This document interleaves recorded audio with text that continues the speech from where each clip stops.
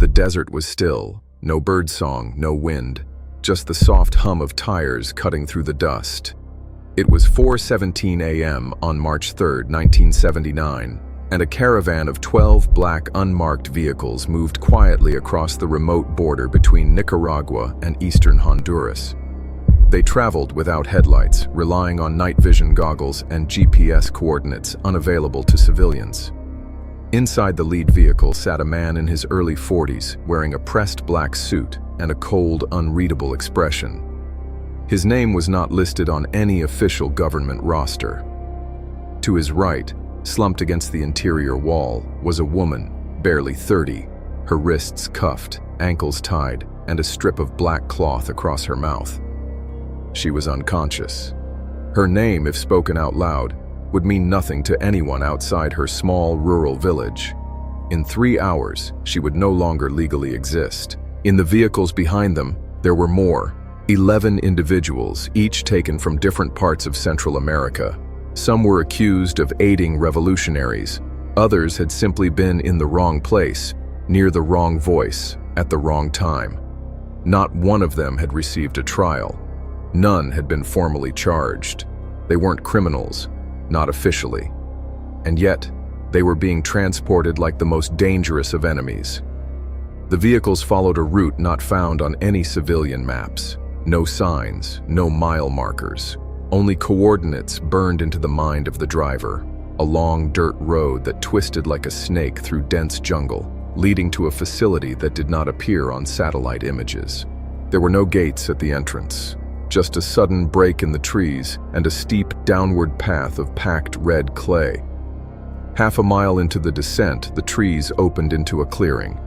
At the center stood a squat concrete structure, partially buried, its walls coated in a matte black finish designed to absorb radar.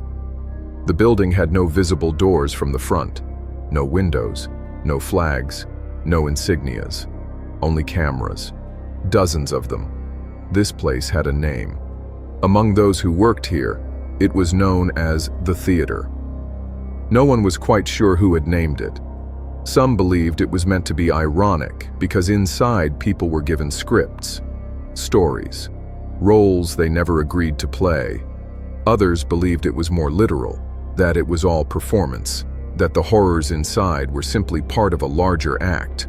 But whatever the name meant, the theater was where the CIA carried out its most experimental psychological warfare tests, not against enemy soldiers, not even against captured spies. But against civilians, thousands of them. Over the course of 5 years, nearly 6,000 people would enter that building. Only 23 would ever leave. And those who did, they came out wrong. It started, as most things do, in a room with no windows. Langley, Virginia, summer of 1977. Inside a cold briefing chamber beneath the CIA's headquarters building, 5 men and 1 woman sat around a rectangular table. Each had a different clearance level. None of them spoke until the door was shut, sealed, and swept for bugs, twice. They were gathered not to discuss a war, not directly. They were there to talk about how to avoid one, or at least how to win it without ever firing a missile. The war they spoke of wasn't in Vietnam. That had ended, at least officially. It wasn't in Europe either, though the Soviets loomed large. This war was quieter, less televised. It was happening in Nicaragua, Guatemala, El Salvador, Colombia. A wave of resistance was sweeping across Central America, driven by economic disparity, fueled by revolution, and, in the eyes of the CIA, stained in red. Communism. The threat wasn't that these countries would become powerful. The threat was that they would choose the wrong side, and the United States couldn't allow that. The plan proposed that day was simple in theory and monstrous in execution. The document presented was titled Project Morningstar, Strategic Psychological Countermeasures Initiative. It was 19 pages long. Its goals were listed clearly. Identify early-stage ideological dissent, neutralize anti-American sentiment, redirect loyalty using non-lethal psychotronic influence. Buried in the fine print were the true methods: sleep deprivation, sensory flooding, induced memory loss, narrative implantation. The phrasing was clean, scientific, sanitized, but the intent was unmistakable. The CIA would no longer just observe revolutions, they would unwrite them. The project's approval was expedited. Funding came from 4 different federal departments, none of which were aware of the others. To cover its tracks, the budget was folded into agricultural reform, health aid, and intelligence infrastructure. All above board, all invisible. 2 months later, a nondescript facility broke ground deep in the Honduran jungle. By December, the first cells were complete. By February, subjects were being delivered. No fingerprints, no paperwork, just bodies. The world would never hear of Project Morningstar. Because that was the point. It was designed to disappear, and it did, but not before leaving scars on every soul it touched, even the ones who signed it into existence. He didn't look like a man who tortured people. Douglas Keane was neat, buttoned up, soft-spoken. His colleagues described him as methodical, even charming, when he chose to be. He wore gray suits, drank black coffee, and read technical manuals the way others read novels. But beneath his calm demeanor was something colder, a fascination with control. Keane wasn't a soldier. He never set foot in Vietnam, never fired a gun in the field. His war was fought with graphs, hypotheses, and electrical currents. He graduated from MIT at 22 with a degree in systems theory and human-machine interaction. 2 years later, he was recruited into a program so secret it didn't even have a name, just a case number. By the time he turned 30, he'd worked in Berlin, Vientiane, and Santiago, applying psychological pressure to dissidents and defectors, not through interrogation, through rewiring. He believed the human mind was a circuit board, complex but predictable. If you applied just the right amount of pressure at just the right point, you could short the system, and once it broke, you could rebuild it into something new, something useful. That belief made him perfect for Morningstar. In the summer of 1978, Keane was handpicked by 2 senior CIA officials to oversee the Honduras facility. He was told the project had presidential backing. He was told it would remain deniable. He was told that nothing would ever be traced back to him. He didn't ask questions. He signed the clearance paperwork without hesitation. 3 weeks later, he arrived at the theater. What he found there thrilled him. Rows of reinforced cells, each wired with 2-way audio, soundproofing, variable light filters, and chemically cooled ventilation. Medical labs equipped for neural monitoring. Psychological chambers designed for isolation testing. And a small staff of trained personnel, none of whom had ever served under him, but all of whom recognized his authority the moment he stepped off the chopper.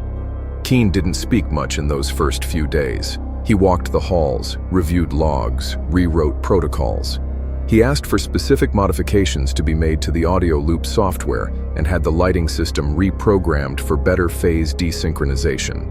He had ideas, experiments, new phases of conditioning that hadn't yet been tried. He called it cognitive softening. The idea wasn't just to break someone, it was to erase who they were and implant who they needed to be.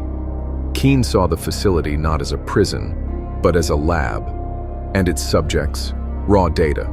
Some of the staff were disturbed, others curious, but no one stopped him, because no one could.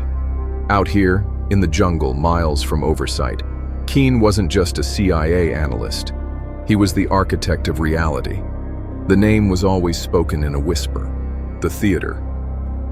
To those who built it, it was just a facility, an assignment, a classified construction project in the jungle, funded by numbers buried inside other numbers. But to those who worked inside it, it became something else. It earned its name not because of what was seen, but because of what was made to be believed. The main building was shaped like a block, half buried into the red Honduran earth, with a second level carved beneath the surface. Only one path led in, guarded by motion-activated turrets disguised as tree trunks.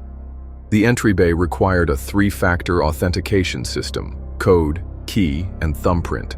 No one got in by accident. Inside, the walls were bare, sterile, painted an off-white that reflected the humming fluorescent lights. The floor was polished concrete, the ceilings low. There were no clocks, no windows, no sound that wasn't approved. Prisoners, or subjects, as the internal memos labeled them, were delivered in silence. No chains, no shouts, just hands on shoulders and blank stares. Once admitted, they were tagged, scanned, and processed. All identifying documents were incinerated. Names were replaced by numbers. Subject 001, Subject 117, Subject 506. Each placed in a room with nothing but a bed, a speaker, a light, and a vent. In the first few days, they were allowed to rest, fed warm meals, given books in their own language. The illusion of comfort. Then came the flood. The lights changed, cold and bright, never off. Audio loops began to play in the night, voices layered beneath white noise, telling them they had made mistakes, that they had betrayed their country, that their families were gone. At first, the subjects protested. They shouted. They banged on the walls. Some tore at their hair or screamed until their throats bled. And then, slowly, they stopped, because the voices didn't stop. After 72 hours, sensory control was escalated. Smells were introduced into the vents: acid, blood, antiseptic. Meals were chemically altered to induce nausea. Conversations were staged by actors in neighboring rooms, just loud enough to be heard, just strange enough to cast doubt. Subjects began to question what they'd done, who they were, whether they'd even arrived at the facility voluntarily. Keane called this phase memory dissolution. It wasn't just disorientation, it was the systematic breakdown of identity. The next step was implantation, a new history, new memories, new beliefs, tailored for each subject and introduced in fragments, through photographs, notes, and recorded voices imitating loved ones. Subjects who once believed they were teachers, nurses, fathers, daughters, soon began to insist they were something else entirely. Spies, terrorists, agents of foreign powers, all lies. But the brain, exhausted and craving stability, accepted them. And once it did, the work was done. The subject could now be redirected. Some were handed off to foreign regimes, reintroduced into rival governments as reformed assets. Others were kept for testing, pushed further, until their minds fractured completely. A few died in their cells. A few were terminated after serving their purpose. Only a fraction were ever released, but none of them came back the same. One former guard would later say, "I saw a man forget his own child's name. I saw a woman beg to be allowed to believe she was guilty, because guilt was easier than confusion." The theater wasn't about extracting truth. It was about removing it, erasing it, and replacing it with whatever the agency required. Keane wrote in one report, "Reality is programmable. Morality is a learned illusion. Under the right pressure, a human being can be turned into anything." In the theater, that was not a theory. It was policy. By the summer of 1979, Project Morningstar had processed over 400 subjects. Dozens were deemed successfully reformatted and transferred out for field testing. Dozens more had died during the psychological collapse phase, their deaths attributed to pre-existing instability. But for Keane, the numbers weren't discouraging, they were improving, until subject 087. He arrived on July 2nd, male, mid-30s. A Guatemalan schoolteacher accused of supplying food to a local rebel cell. No formal charges, no trial. His wife had been told he was arrested for tax fraud. She was never told where he went. During intake, 087 refused to speak. His pulse was high, but stable. No history of mental illness, just a quiet, scared man trying to hold on to what he knew. Keane marked him for accelerated trials. By the second day, the subject had stopped sleeping. By the third, he began repeating the same phrase in Spanish.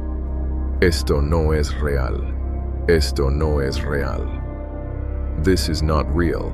That night, the lights were dimmed for the first time to observe behavioral rebound under lowered stress. But Euro 87 didn't rest. He sat on the floor for 11 straight hours, unmoving, watching the air vent. On day 5, the subject spoke fluent English. He had never studied it. He spoke of living in Boston, of working in a warehouse on the edge of Dorchester, gave an address, described the apartment, said his name was Michael. There were no records of anyone matching that name or life. His accent wasn't Guatemalan anymore. It wasn't anything anyone could quite place.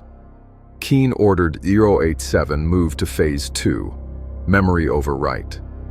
Phase 2 wasn't just psychological. It involved direct neural stress, high-frequency audio bursts designed to destabilize prefrontal processing, paired with false memory loops. In early trials, it had caused seizures. One subject's retinas had detached. Keane didn't care. He was chasing full conversion. On July 8th, the subject was taken to Chamber D, strapped in, and exposed to a 6-hour loop, a fake childhood, a fake betrayal, and a fake redemption, all crafted from American patriotic archetypes. The staff monitored vitals. At hour 4, brainwave activity spiked erratically. The heart rate jumped, then stabilized. Breathing slowed. The subject whispered, "Thank you." Then silence. At hour 6, the door to Chamber D was opened. The technician screamed. Subject 087 was standing in the corner of the room, eyes open, both of them gone, torn from his face by his own hands. He had used a sliver of metal from the table frame to blind himself. He was alive, barely, but he didn't respond to pain or to voices. When asked his name, he simply said, "I am the Echo." 4 hours later, he died. The report was written in 6 lines. Subject terminated due to non-compliance. Experimental protocol maintained. No breach detected. The technician who found him quit the next day. She was replaced within 12 hours. Keane noted the incident as significant progress. He believed subject 087 had come closer to full neural conversion than any other subject before. He also concluded that self-harm was a necessary risk. So he updated the protocol. Instead of pulling back, he pushed forward. The next 5 subjects were sent through Phase 2 without delay. No one objected, because by then, no one expected to be heard. The theater wasn't just erasing identities, it was erasing hesitation, and soon, it would erase judgment altogether. By early 1980, Project Morningstar had evolved. What began as a contained experiment in psychological reprogramming had become something more ambitious, more dangerous. The original charter had outlined Morningstar as a closed-loop facility. Subjects would enter, undergo behavioral modification, and either be released into carefully monitored test environments or terminated. But something changed. Langley wanted results, field results. They wanted to know if reprogrammed minds could operate outside of isolation. Could someone, radically reshaped by the theater, be dropped into society and function undetected? Would the implant hold? Would the narrative survive contact with reality? Keane was eager to prove it. In March of that year, the first operational subject was released. Subject 219, male, former university student in Tegucigalpa, arrested after speaking at a labor rally. Reformatted to believe he was a U.S.-trained interpreter assigned to liaise with American advisors at a local aid station. A fabricated identity, complete with documents, uniform, and mission briefing. He was deployed without backup, no trackers, no exit plan. 3 weeks later, Subject 219 detonated a makeshift explosive device inside a rebel-aligned radio station, killing 3 civilians and himself. The CIA denied any involvement. They issued a statement condemning the attack, blaming radicalized agitators. Internally, the mission was considered a success. The subject had accepted his role, had executed it without deviation. The memory overwrite had held. The theater began training more. Subjects were now not just being conditioned, but programmed. Some were molded into spies, others into saboteurs. One was sent into a Nicaraguan village with instructions to spread a fabricated story that Cuban forces were planning to stage attacks under false flags. He succeeded. The story was picked up by 2 regional newspapers, then referenced in a State Department briefing. By June, Morningstar's reach extended beyond Honduras. Satellite sites were proposed. A smaller conditioning facility was constructed inside a medical clinic near the Panama Canal. Another was planned for a psychiatric wing in Colombia. But with expansion came complications. Whispers began to surface. Strange disappearances, conflicting identities, people speaking in voices not their own. One man in Costa Rica was found wandering barefoot outside a U.S. embassy, reciting the Gettysburg Address in perfect English. He had never left the country. Another woman was caught trying to enter a military base in El Salvador, claiming to be an American officer named Sarah Weston. There was no record of any such person. She died in custody after 3 days of silence. Meanwhile, inside the original theater, something more troubling was occurring. Subjects began to break faster, not in weeks, in days. They stopped responding to stimuli. Some refused to eat, others wept uncontrollably. And then there were the echoes. That was the term the staff used. Echoes. Subjects began repeating phrases they were never taught, responding to commands never given. One man sang the American national anthem backward for 6 straight hours. Another tapped the same 4-note pattern against the wall until his hands bled. It was as if the system had started writing its own code. Keane was unshaken. He believed it meant the methodology was working, but others weren't so sure. A few staff members filed quiet reports to regional stations. Not whistleblowing, just concerns. They never heard back. By late summer, a satellite photo taken by a Soviet reconnaissance pass showed strange heat blooms in the jungle near the theater. Moscow didn't know what they were looking at, but they knew it was American, and that it was growing. By November 1980, something had shifted inside the theater. At first, it was subtle. Security logs began to show discrepancies, doors that registered as closed when they were clearly open, lights dimming in rooms where no scheduled change had been made. The maintenance staff blamed faulty wiring. Keane blamed incompetence. But some of the operators whispered that the building was changing, responding. Sensors triggered without movement. Camera feeds went black for 30 seconds at a time, always at 2:47 a.m. The number repeated across multiple systems, logs, timestamps, even subject IDs. Then Subject 344 disappeared, not escaped, vanished. 1 minute he was sitting calmly in Chamber B, blinking under soft light. The next, the feed cut out for 12 seconds. When the cameras returned, the room was empty. No breach, no body. Keane demanded a full lockdown. Every inch of the facility was searched. Floors lifted, ceilings opened. Even the ventilation shafts were inspected. Nothing. He watched the footage himself over and over, slowing the video frame by frame. At timestamp 02:47, the subject blinked. At 02:47:03, his mouth opened as if to speak. At 02:47:06, his eyes rolled back. At 02:47:09, he vanished. 12 seconds. That night, Keane didn't sleep. He sat in the observation room, staring into static. 3 days later, it happened again. Subject 350. Same hour, same room, same 12-second blackout. By then, some of the staff were refusing to enter the lower levels without escorts. One technician claimed he heard whispering in his headset, his own voice, but not his words. The CIA sent an audit team. They arrived in a Black Hawk, armed and silent. They spent 2 days underground, never interacting with the main staff. When they left, they took 3 servers, a box of handwritten logs, and the body of a dead subject, one who had reportedly died from cardiac failure but showed signs of extreme neural scarring. The audit report was classified. But the order that followed wasn't. Effective immediately, Project Morningstar was to enter phase final, shutdown. But Keane resisted.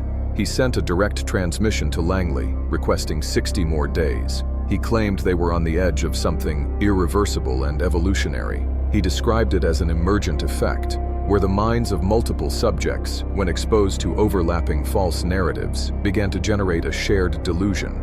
Or maybe it wasn't a delusion at all. He called it the Echo Network. An untraceable, unseen system of belief, born entirely within the facility. He argued it could be the key to mass behavioral control. But his request was denied. Langley was growing nervous. The Soviets had picked up a frequency anomaly in the region, and just a week earlier, an intercepted Cuban transmission referred to an American mind weapon buried in the trees. The window had closed. Keane was told to wipe all local servers, terminate the remaining subjects, and evacuate the theater by December 1st. He received the order. He acknowledged it, and then he ignored it. The last known transmission from the theater came at 02:47 a.m. on November 30th, 1980. It was an automated system ping, a simple timestamp signal, like a heartbeat. No message, no voice, then nothing. Satellite surveillance lost thermal signatures. 3 drones dispatched for aerial recon malfunctioned mid-flight, each citing identical electrical failures as they passed over the jungle canopy. Langley tried to reach Keane by secured channel. No response. They activated Protocol Zero. A small retrieval unit, 5 men, no insignias, was sent by helicopter under full radio silence. Their mission: retrieve remaining hardware, secure the building, and verify full shutdown. They landed at 05:12. The clearing was undisturbed. The perimeter sensors showed no breaches. But as the team approached the entrance, they found the access pad melted, fused by extreme heat or voltage. They forced their way through the emergency hatch.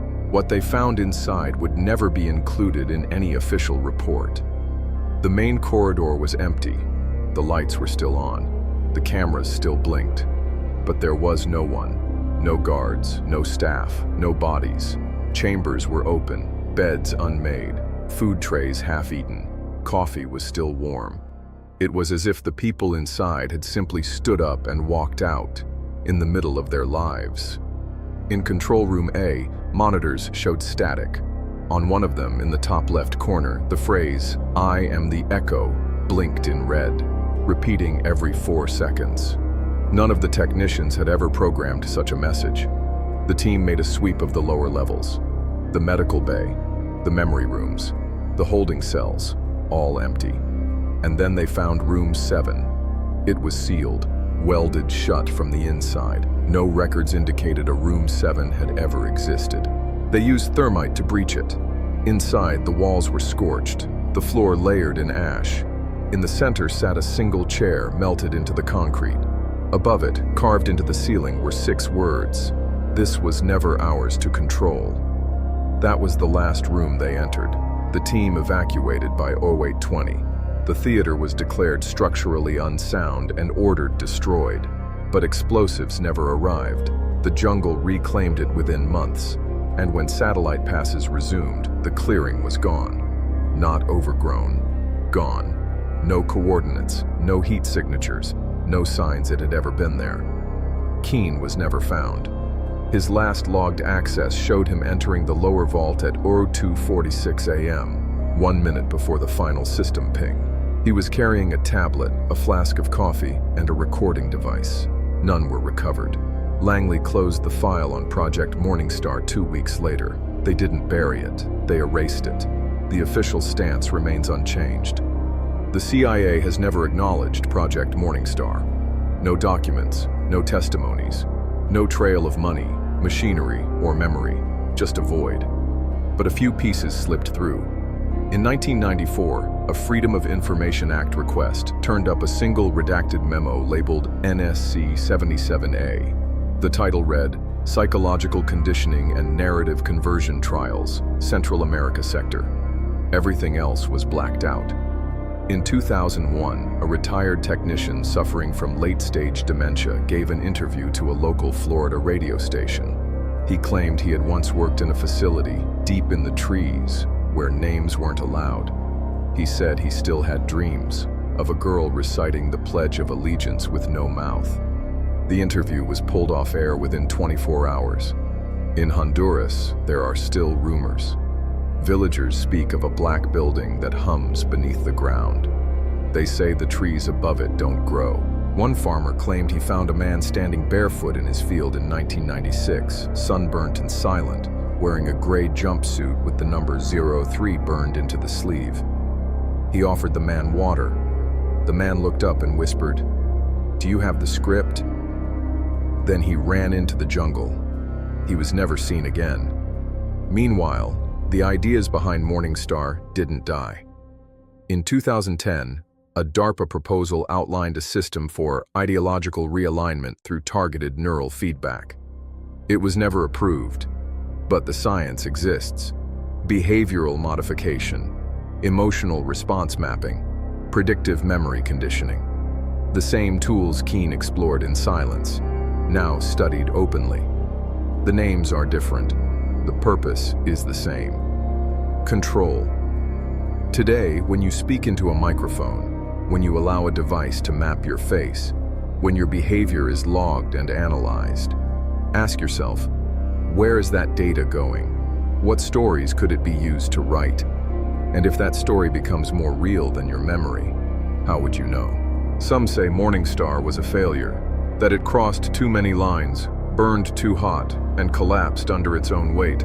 But others believe it succeeded, just not in the way Langley expected. It wasn't just about rewriting a person.